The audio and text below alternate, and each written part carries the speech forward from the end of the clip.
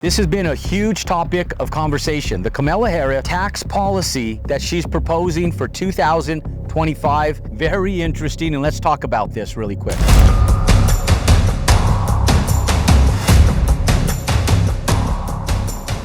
All politics set aside, ladies and gentlemen, look at this for what its face value truly is. We're talking about non-realized gains. Okay, it's one of the largest tax attributes that we as American people, not me, wealthy developer Jerome, we as American people, right now we have zero taxes on non-realized gains. I want you guys to understand that 85% of the United States is employed by small business owners. So in spite of those people that are working W-2 paid jobs, it's going to affect the vast majority of the entire middle class if this policy goes into effect. And here's why. The days where mom and dad could go buy a dream, a home, our single largest asset as a U.S. American, they're telling us now, don't own nothing. We're going to do this great reset. And in this great reset, we're going to be a renter's nation, don't own nothing, don't have any problems, don't do nothing but rent, and life is good, right? Life is great. You don't own nothing. You don't have no responsibilities. You have nothing. You also don't have any pride. If this gets passed, I want every single listener to pay attention as to what it does to you as individuals in the middle class. When my mom and dad, when I was little, I still remember them buying a house that was government funded, okay? And they had a portion that was government funded. It was through a low-income tax ability to buy this house. Well, when they bought that house, if they lived in it for a certain amount of time, they were able to take the upside of it. Well, they took an upside of about $20,000 or $30,000, and they built our first home when I was 8 years old. They built it. My dad literally built that house with his bare hands. And so he took that house and put $75,000 of his hard-earned capital into building that house. We lived in that house until I was 16 or 17 years old. When I was 16 or 17 years old, we sold that house that they built for $75,000 for $380,000.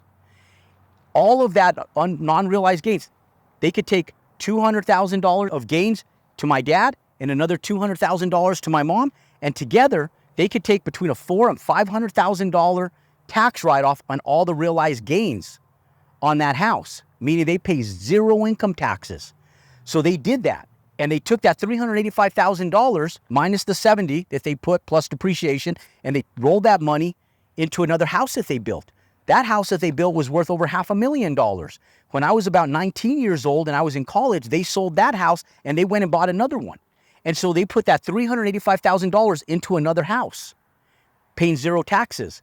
Sold that house 3 or 4 years later for about $500,000, took a $250,000 profit, rolled it into another house. They didn't have a mortgage. They were able to retire respectfully.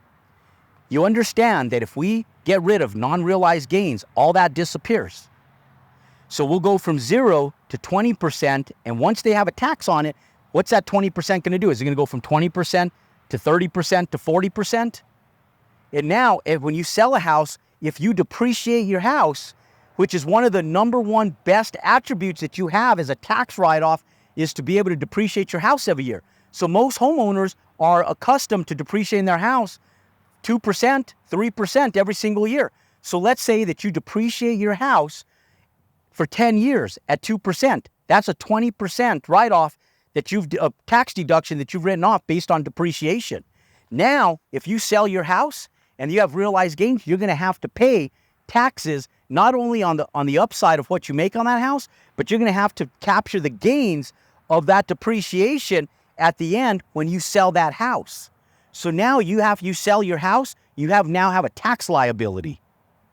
So not only do you have the gains where you have a tax liability, but now you have a tax liability of what you took advantage of on the tax depreciation on your own single-family residential dwelling.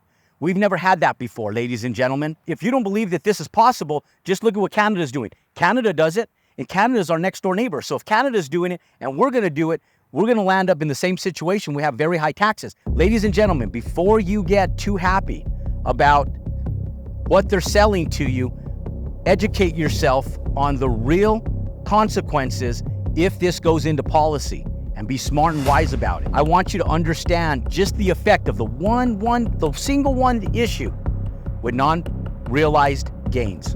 Ladies and gentlemen, for more content just like this, click and subscribe to our YouTube channel. Pound that thumbs up button. I want to hear your thoughts on this subject. Comment below whether you agree with it, disagree with it, whatever you are. Comment below, and I'll see you next time.